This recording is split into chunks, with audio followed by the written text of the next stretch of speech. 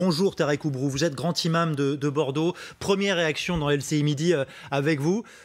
Vous comprenez cette décision de Charlie Hebdo? C'était indispensable de diffuser de nouveau, de publier de nouveau ces caricatures?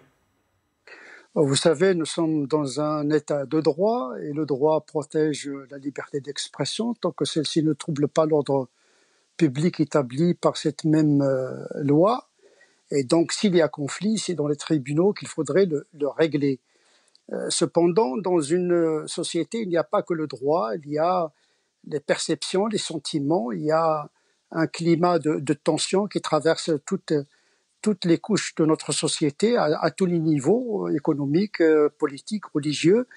Et je pense que, en tout cas, les musulmans ne doivent pas réagir de manière qui donnerait raison à ces mêmes caricatures. Donc, j'appelle plutôt les musulmans à l'indifférence, et celui qui ne veut pas être indifférent, il n'y a que les tribunaux pour régler ce problème.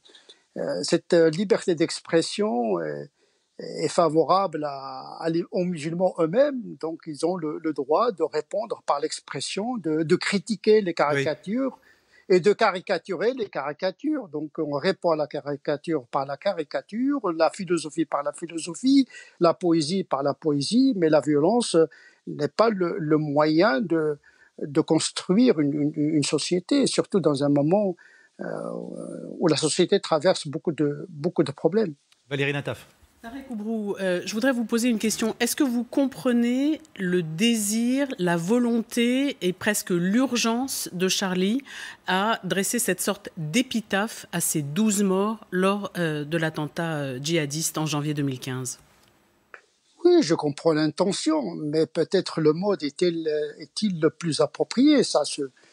Ça reste un débat entre des citoyens libres et civilisés d'être d'accord ou pas avec les caricatures. C'est un débat qui doit être au niveau intellectuel entre hommes civilisés. Maintenant, je comprends. Livrez-nous le fond de votre pensée. Vous avez le sentiment que c'est une provocation? Livrez-nous le fond de votre pensée. C'est une réaction tout à fait normale, c'est normal. Ils ont quand même, c'était très violent. C'est un crime qu'ils ont subi. Le terrorisme était une question qui a été une catastrophe pour notre société, pour les musulmans, y compris les musulmans, qui souffrent de cette perception violente de la religion au nom de leur religion. Et je comprends bien sûr la réaction de Charlie Hebdo, mais est-ce que cette réaction pourrait-elle être efficace? C'est l'efficacité dont il s'agit. Je ne crois pas. Et vous redoutez que ça crée des tensions dans notre société? C'est ce que vous développiez au début de votre intervention?